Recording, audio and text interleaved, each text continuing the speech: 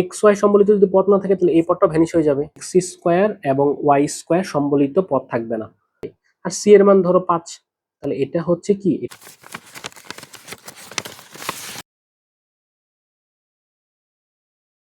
সরলরেখার দ্বিতীয় পর্বে আপনাদেরকে স্বাগতম। আজকে ত্রিভুজের ক্ষেত্রফল নির্ণয় এবং সঞ্চার পথ আর লাস্টে 3.5 এই অধ্যায়গুলো এখানে আনার চেষ্টা করেছি। আচ্ছা, তাহলে আমরা শুরু করি ত্রিভুজের ক্ষেত্রফল নির্ণয়। তো ত্রিভুজের এখানে একটা বিন্দু দেওয়া আছে, x1 y1, b x2 y2, c x3 y2 এবং d দেওয়া আছে। ক্ষেত্রফল কেমনে বের করব? ক্ষেত্রফল সমান সমান আমরা জানি হাফ ইনটু x1 y1, তো নিচে নিচে লিখবো, x2 y2 নিচে নিচে লিখবো, সবগুলো নিচে নিচে লেখার পর একটা কি আসবে, একটা রিপিট আসবে, হাফ ইনটু এই এদিকে আর গুণন যোগ দিয়ে আমরা কি দিব, যোগ দিব। তাহলে x1 y2 যোগ x2 y3 যোগ x3 y4 যোগ x4 y1। আর এই পাশে যখন আমরা গুণ দিব তখন নেগেটিভ করবো নিচ থেকে উপর দিকে, তাহলে মাইনাস x2 y1, এই যে এই পাশে x2 y1, এ পাশে কত কত আসবে, মাইনাস x3 y2 আর মাইনাস x4 y3 এবং লাস্টেরটা হচ্ছে মাইনাস x1 y4। তাহলে এভাবে করে এটার আমরা ক্ষেত্রফল বের করতে পারি। পরবর্তী সেগমেন্টে এখানে বলেছে, এখানে একটা ক্ষেত্রফল দেওয়া আছে, এই ক্ষেত্রফলটা যদি শূন্য হয় তাহলে কে এর মানটা বের করতে হবে। তাহলে এখানে আমি সব তুলে রেখেছি, এই ত্রিভুজের ক্ষেত্রফল আমি শূন্য বলছি, কে এর মানটা বের করতে হবে। এ বি সি দেওয়া আছে, এই ডি এর মধ্যে একটা কে এর মানটা জানি না। তাহলে আমরা ক্ষেত্রফল সমান কত বলতে পারবো, 1 2 নিচে নিচে, -5 6 7 -4 এবং কে 2। ওকে, আরেকটা রিপিট 1 2 1 2 লিখলাম। তাহলে এখন আমরা আর গুণন করব। তাহলে হাফ, এই পাশে গুণ করলাম 6 কে 6, এখানে গুণ করলাম যোগ, তাহলে 4 5 20 যোগ 20। আর এটা যদি গুণ করি 7 দুগুণে 14, কিন্তু প্লাস মানে আছে -14, আর এখানে গুণ করলে 2k। আর এদিক করে গুণ করার সময় নেগেটিভ করব, -5 দুগুণে 10, আর সূত্রের নেগেটিভ সব মিলে কত, +10, 6 7 42 সূত্রের নেগেটিভ, আর -4k, কিন্তু সূত্রের নেগেটিভ মিলায় কত আসবে, +4k, সূত্রের নেগেটিভ মিলায় কত আসবে, +2 আসবে। তাহলে কত থাকলো, হাফ ইন্টু এখানে 20 আর 6 26 -14 থাকবে +10, আর কত থাকবে -42 +2 মানে হচ্ছে -40, কত থাকলো -18। তাহলে -18, আর এখানে থাকলো 2 থেকে 4 টাকা মানে হচ্ছে +6k। তাহলে এটা ইকুয়াল টু প্রশ্ন মতে কত বলেছে, শূন্য বলেছে। তাহলে যদি শূন্য ধরি তাহলে 2 দ্বারা গুণ করে দাও, গুণ করে দিলে কত শূন্য চলে আসবে, তাহলে -18 + 6k = 0। তাহলে এখানে বলতে পারবো যে 6k এর মান হচ্ছে 18, এই পাশে গেলে, সুতরাং k এর মান বলতে পারবো 3 6 18। তাহলে k এর মান আমরা এখান থেকে পেয়ে গেলাম। এবার আমরা সঞ্চার পথ দেখব। সঞ্চার পথ মানে হচ্ছে লোকাস পয়েন্ট। সঞ্চার পথের ধাপ দুইটা। এক নম্বর ধাপ হচ্ছে সঞ্চার পথ যেটা যার বের করতে হবে সেটার উপরে একটা পয়েন্ট x, y ধরে নিতে হবে। তাহলে x, y আমরা ধরে নিতে হবে, ধরি। এবং 2 নাম্বার হচ্ছে আমাদের যে শর্ত দেওয়া থাকবে এই শর্ত মেনে সঞ্চার পথের ইকুয়েশন বের করতে হবে। শর্ত মেনে সঞ্চার পথের ইকুয়েশন বের করতে হবে, এবং এটা একটা চলমান বিন্দু থাকবে। কিরকম, ধরো এখানে একটা বিন্দু, এই বিন্দু থেকে আর একক দূরত্বে, তাহলে আর একক দূরত্বে যতগুলা বিন্দু বের করা সম্ভব, আর একক দূরত্বে এখানে একটা বিন্দু বের করা সম্ভব, একটা বিন্দু, এখানে একটা বিন্দু, তাই না? আর একক দূরে এখানে আরেকটা বিন্দু হতে পারে, এখানে একটা বিন্দু হতে পারে, এখানে একটা বিন্দু হতে পারে। তাহলে আর একক দূরে যতগুলো বিন্দু আছে সবগুলা বিন্দু আমরা যদি যোগ করি তাহলে আমরা যেই পথটা পাবো সেই পথটাকে বলবো সঞ্চার পথ। তাহলে সঞ্চার পথ করার জন্য অবশ্যই কি একটা এক্স ওয়াই একটা বিন্দু থাকতে হবে এবং একটা শর্ত মানতে হবে। শর্ত মানে কি, সব জায়গা থেকে আর একক দূরত্বে আমরা যাচ্ছে। ঠিক আছে, আরেকটা বের করতে পারি, সেটা হচ্ছে ধরো এখানে একটা পয়েন্ট, এখানে একটা পয়েন্ট, এখানে একটা পয়েন্ট, এ পয়েন্ট বি পয়েন্ট। তাহলে আমাকে বলছে যে একটা শর্ত মেনটেন করতে হবে, তাহলে এ থেকেও সমান দূরত্বে, বি থেকেও সমান দূরত্বে। তাহলে এ থেকে সমান দূরত্ব মানে 2 মিটার দূরে, এখান থেকেও 2 মিটার দূরে। 2 মিটার দূরে যদি হয় তাহলে এই 2 মিটার দূরে এরকম কি কি পথ বের হতে পারে, মানে এখান থেকে সমান দূরত্ব, তাহলে এই একটা পথ বের হতে পারে। এখান থেকেও 3 মিটার দূরে, এখান থেকেও 3 মিটার দূরে, এই একটা পথ হতে পারে। এখান থেকে 4 মিটার দূরে, এখান থেকে 4 মিটার দূরে, একটা পথ হতে পারে। তাহলে এই যে এই পথটা যদি আমি বলি, তাহলে এটা যদি করি তাহলে এ থেকে বি, এই অংশটা মানে ধরো এটা সি পয়েন্ট ধরলাম, এ থেকে সি পয়েন্টের দূরত্ব বি থেকে সি পয়েন্টের দূরত্ব সমান, তাহলে এমন সঞ্চার পথের সমীকরণ হচ্ছে এটা আসবে। তাহলে বৃত্তের জন্য এটা আর লম্বার জন্য এটা, এরকম করে যে কোনো কিছু সঞ্চার পথ বের করতে বলতে পারে। তবে বের করার জন্য আমার দুইটি স্টেপ ফলো করবো, সেটা হচ্ছে যদি কিছু দেওয়া না থাকে এক্স আর ওয়াই ধরে নিব, আর আরেকটা হচ্ছে শর্ত মেনে সঞ্চার পথের ইকুয়েশন বের করতে হবে। ঠিক আছে। তো আমাদের এটার ইকুয়েশনটা কিরকম আসতে পারে এক্স স্কোয়ার যোগ ওয়াই স্কোয়ার ইকুয়াল টু বৃত্তের ব্যাসার্ধ আর, তাহলে বলবো আর স্কোয়ার। তাহলে এটাই হচ্ছে আমার একটা ইকুয়েশন আসতে পারে, এটা স্কোয়ার। আচ্ছা, এবার আমরা যাব 3.5 এ। 3.5 এ আমাদের কোনিক্সের জেনারেল ইকুয়েশন আমি লিখে রাখছি, তাহলে কোনিক্সের জেনারেল ইকুয়েশন দিয়ে শুরু করি। তাহলে কোনিক্সের জেনারেল ইকুয়েশনটা কত হবে? হবে যে a x square b y square 2ax(y) 2gx 2fy plus c equal to 0। এটা হচ্ছে কোনিক্সের সাধারণ ইকুয়েশন। এই ইকুয়েশন থেকে সরলরেখা, বৃত্ত, পরাবৃত্ত, উপবৃত্ত, অধিবৃত্ত তিনটাই বের করা যায়। তো এখানে সরলরেখা হওয়ার জন্য শর্ত আছে। শর্ত নাম্বার 1 হচ্ছে এখানে a এক্স স্কোয়ার এবং ওয়াই স্কোয়ার সম্বলিত পদ থাকবে না। এক্স ওয়াই এবং ওয়াই স্কোয়ার সম্বলিত পদ পদ আমার কি থাকবে না, 1 নাম্বার। 2 নাম্বার হচ্ছে এক্স এবং ওয়াই এর সহগ, এক্স এবং ওয়াই এর সহগ বা ঘাত, এক্স এবং ওয়াই এর ঘাত কত হতে হবে? ঘাত 1 হতে হবে। আচ্ছা, 3 নাম্বার হচ্ছে এক্স ওয়াই সম্বলিত পদ থাকবে না। 3 নাম্বার হচ্ছে এক্স ওয়াই সম্বলিত পদ থাকবে না। ওকে, তাহলে এটা যদি না থাকে, এক্স ওয়াই সম্বলিত যদি পদ না থাকে, তাহলে এই দুইটা ভ্যানিশ হয়ে যাবে। আচ্ছা, আর হচ্ছে এক্স ওয়াই সম্বলিত যদি পদ না থাকে, তাহলে এই পদটা ভ্যানিশ হয়ে যাবে। থাকবে কত? এখানে এক্স এর সহগ 1 থাকতে হবে। তাহলে জি এর মান ধরো 1 2 3 4 হলো, 2 হলো, তাহলে 2 দুগুণা 4x। এফ এর মান যদি 1 হলো, তাহলে 2 1 কে 2y। আর সি এর মান ধরো 5। তাহলে এটা হচ্ছে কি? এটা হচ্ছে আমার একটা সরলরেখার ইকুয়েশন। তাহলে সরলরেখার ইকুয়েশন হওয়ার জন্য কি করতে হবে? 1 নাম্বার হচ্ছে এক্স ওয়াই এবং এটার ঘাতটা কত? 1 হইতে হবে। 2 নাম্বার হচ্ছে এক্স এবং ওয়াই এর সহগ কখনোই কি হইতে পারবে না? শূন্য হইতে পারবে না। 1 হবে, শূন্য হইতে পারবে না। আচ্ছা, 3 নাম্বার হচ্ছে কি?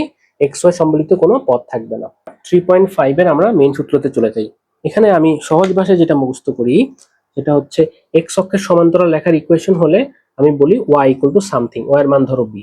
ওয়াই অক্ষের সমান্তরাল লেখার সমীকরণ যদি বলে, তাহলে ওয়াই অক্ষ বলছে, তাহলে উল্টাটা x equal to something, x এর মান এ ধরলাম। ঠিক আছে, বের করতে পারি। তো আমি তোমাদের এটা আসলে কেন লিখছি সেটা একটু ব্যাখ্যা দিচ্ছি। ধরো এখানে একটা বিন্দু, এখানে একটা বিন্দু বলছে, ধরো এটা 1,2, এটা 1,2 পয়েন্ট, আর এই পয়েন্টটা ধরো 3,2 পয়েন্ট, 3,2 পয়েন্ট। এই যে এটা, এদিকে 1 এদিকে 2, আর এদিকে 3 এদিকে 2। ওকে, তাহলে দুই বিন্দুকে আমি সরলরেখার সমীকরণ জানি y মাইনাস y1। y1 এর মান কত? ধরো 2, y1 minus y2, x minus x1, x1 minus x2। তাহলে y minus 2 divide by 0 equal to x minus 1 divided by minus 2। তাহলে আর গুণন করে দিলে কত থাকবে? আর গুণন করে দিলে থাকবে হচ্ছে minus 2 into y minus 2 equal to 0। এটা তো 0, এটা হচ্ছে মাইনাস 2 ইন্টু মাইনাস 2 দ্বারা ভাগ করে দেই, তাহলে কত থাকবে? y minus 2 equal to 0। তাহলে কত মান থাকবে? y এর মান পাইলাম 2। তাহলে দেখতে পাচ্ছি y এর মান কিন্তু আমি আগের থেকে পাইছিলাম, y এর মান 2। তার মানে x অক্ষের সমান্তরাল লেখা হয় x অক্ষ এটা, আমি এটা হচ্ছে আমার x অক্ষ, আর x অক্ষের সমান্তরাল যদি এই রেখাটা হয়, এই রেখার একটা বিন্দু এটা, একটা বিন্দু হচ্ছে সমান্তরাল লেখার সমীকরণ কত হবে? y ইকুয়াল টু 2, মানে y এর মান কত পাইছি এখানে? এটা পাইছি, তাহলে y এর মানটা বসবে জাস্ট। ঠিক আছে, তাহলে এখানে আমি বলতে পারতাম যে a, b, আর এখানে বলতাম c, b। তাহলে শুধু b এর মানটা বসবে, যেহেতু এখানে y এর মান 1,2 3,2 এর জন্য 2 বসছে, তাহলে শুধু b এর মান বসবে। তাহলে x অক্ষের সমান্তরাল লেখার সমীকরণ y ইকুয়াল টু সামথিং, আর y অক্ষের সমান্তরাল লেখার সমীকরণ x ইকুয়াল টু সামথিং। আচ্ছা, এবার x অক্ষ রেখার উপর আমরা কি বলতে পারি? x অক্ষ যদি আমরা আঁকি, x অক্ষের উপর আমি এখানে বললাম 1,0, আর y অক্ষ রেখার উপর বললাম 0,4, 0 থেকে 4। তাহলে x অক্ষের উপর y এর মান কিন্তু 0। তাহলে x অক্ষের উপরে y এর মান হচ্ছে 0। আর y অক্ষের উপরে কত হবে? y অক্ষের উপর দেখো x এর মান 0, তাহলে y অক্ষের উপর x এর মান হচ্ছে 0। এবার আমরা y ইকুয়াল টু সমীকরণ জানবো। y equal two mx plus c, এটা একটা সরলরেখার সমীকরণ। এটা কিভাবে যাবে? এটা হচ্ছে এই যে উপর দিয়ে যাবে, এই যে অংশটা কাট করলো, এই অংশটাকে মান হবে c। ঠিক আছে, c মানে কতটুকু অংশ? y অক্ষ থেকে খণ্ডিত অংশের পরিমাণ।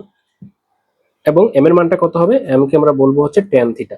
x অক্ষের সাথে, মানে যদি এরকম থাকে, তাহলে x অক্ষের সাথে এই যে এটা ধরলে x অক্ষের সাথে যত ডিগ্রি কোণ উৎপন্ন করে সেই কোণের ট্যানজেন্ট মানকে ওই সরলরেখার ঢাল বলে। সুতরাং ঢাল হচ্ছে এটা। এবং এটার জন্য একটা শর্ত আছে, থিটার মানটা কিরকম হবে? 0 সমান বা 0 থেকে বড় হইতে হবে থিটার মান, কিন্তু 180 থেকে অবশ্যই ছোট হইতে হবে, এই একটা। আরেকটা কন্ডিশন, থিটার মানটা কখনোই হইতে পারবে না কি 90 ডিগ্রি। 90 ডিগ্রি হলে আমরা জানি tan 90 ডিগ্রি মান কত, অসংজ্ঞায়িত, এটাও হওয়া যাবে না। এবার এখানে সি ইকুয়াল টু যদি 0 হয় তাহলে কি আসবে, সি ইকুয়াল টু 0 হওয়া মানে এটা মূল বিন্দু দিয়ে পাস করে চলে গেছে, এই জন্য সি এর মান 0, মানে উপর একটু যদি উপর দিয়ে যাইতো তাহলে তো সি এর একটা মান পাইতাম, কিন্তু এটা একদম এই বরাবর চলে গেছে দেখে সি এর কোনো মান নাই। আচ্ছা, তাহলে এই জন্যই সি ইকুয়াল টু 0 হলে সরলরেখার সমীকরণ কত, Y equal to M X plus C, C এর মান তো 0, তাহলে কত আসবে, Y equal to M X. এটা হচ্ছে মূলবিন্দুগামী সরলরেখার সমীকরণ। আচ্ছা, এবার এখানে বলেছে যে x1 y1 x2 y2 বিন্দুগামী সরলরেখার ঢাল কত। তাহলে সরলরেখার ঢাল আমরা জানি y এর পরিবর্তন বা x এর পরিবর্তন। y মানে কি, কোটি, y মানে হচ্ছে কোটি, কোটির ডিফারেন্স, কোটির ডিআই ডবল ডিফারেন্স ডিভাইডেড বাই হচ্ছে ভুজের ডিফারেন্স। কোটির ডিফারেন্স মানে কি y2 মাইনাস y1, এটা মানে কি x2 মাইনাস x1। ওকে, এবার এখানে বলেছে x1 y1 বিন্দু এবং ঢাল থাকলে সরলরেখার সমীকরণ কি হবে, মানে একটা ঢাল এবং একটা বিন্দু দেওয়া থাকলে সরলরেখার সমীকরণ কত হবে, y মাইনাস y1 এই বিন্দুটা ঢাল ইন্টু x মাইনাস এই যে x1, x মাইনাস x1, তাহলে এটা হচ্ছে সরলরেখার সমীকরণ। ঠিক আছে, তাহলে একটা বিন্দু এবং একটা ঢাল থাকলে সরলরেখার সমীকরণ কত হবে, y মাইনাস y1 ঢাল x মাইনাস x1। এবার দুইটা বিন্দুগামী সরলরেখার ঢাল কত হবে, তাহলে হবে y minus y1, y1 minus y2, x minus x1 আর x1 মাইনাস x2। এটা হচ্ছে দুই বিন্দুগামী সরলরেখার সমীকরণ। ঠিক আছে, এই দুইটা বিন্দু দেওয়া থাকবে, তাহলে y মাইনাস প্রথমটা, y মাইনাস দ্বিতীয়টা মানে y মান, x মাইনাস প্রথমটার x1, x minus x1 minus দ্বিতীয়টার x2। ঠিক আছে, এভাবে বের করতে হয়। আচ্ছা, এবার অক্ষ দুটি থেকে ছেদকৃত বা খণ্ডিত অংশের যদি অংশ দেওয়া থাকে তাহলে সরলরেখার সমীকরণ আমরা চোখ বন্ধ করেই বলবো যে x by a y by b equal to 1। এটা হচ্ছে ছেদকৃত অংশ থাকলে, এটা মানে x অক্ষকে a, 0 বিন্দুতে ছেদ করে, a, 0 বিন্দুতে, আর y অক্ষকে y যদি বলে তাহলে 0, b, 0, b বিন্দুতে ছেদ করে। সুতরাং সরলরেখাটা কিরকম হবে, এরকম হবে। ঠিক আছে, তাহলে এই অক্ষ থেকে এই অংশটার মান a আর এই অংশটার মান কত হবে, b হবে। এবার আমরা দেখি x অক্ষের সাথে যদি কোণ উৎপন্ন করা থাকে এবং হচ্ছে লম্বের দৈর্ঘ্য যদি p দেওয়া থাকে তাহলে সরলরেখার সমীকরণ কত হবে। তাহলে আমি এটা আঁকলাম, এটা সরলরেখা, লম্ব দিলাম, এই যে লম্বর মানটা, এই লম্বের যে দৈর্ঘ্যটা সেই দৈর্ঘ্যটাকে আমরা বললাম হচ্ছে p, মানে এইটুকের মান হচ্ছে p। ঠিক আছে, এবং এখানে যেটা কোণ উৎপন্ন করলো সেই কোণটাকে আমরা বলবো হচ্ছে আলফা, এই কোণটাকে আলফা। তাহলে এটা যদি থাকে তাহলে সরলরেখার সমীকরণ কি আসবে, সরলরেখার সমীকরণ আসবে x এর সাথে cos আলফা, আমরা জানি x এর সাথে cos আছে মানে ভূমি, x cos আলফা, আর y এর সাথে যেহেতু খাড়া উপরে sin, তাহলে y sin alpha equal to এই p মানে হচ্ছে এই বিন্দু থেকে এই সরলরেখার উপরে লম্ব দৈর্ঘ্য, তাহলে এটা হচ্ছে তার সমীকরণ। এখন আমরা আরেকটাতে যাব লাস্ট, সেটা বলেছে দুইটা সমীকরণ দেওয়া আছে a1x b1y equal to c1, a2x b2y equal to c2। দুইটা সরলরেখা যদি একই সরলরেখা নির্দেশ করে, কিরকম, এই একটা সরলরেখা আর একটা সরলরেখা কিভাবে অ্যাড করে দিলে কি একই সরলরেখা হয়ে যাবে, তাহলে দুইটা কি একই সরলরেখা নির্দেশ করে, তাহলে একই সরলরেখা যদি নির্দেশ করে তাহলে কি হবে, তাহলে x এর সহগ ইকুয়াল টু y এর সহগ ইকুয়াল টু ধ্রুবক, সবগুলা সমান হবে, সবগুলা সমান ধরে ম্যাপ করে ফেলবো।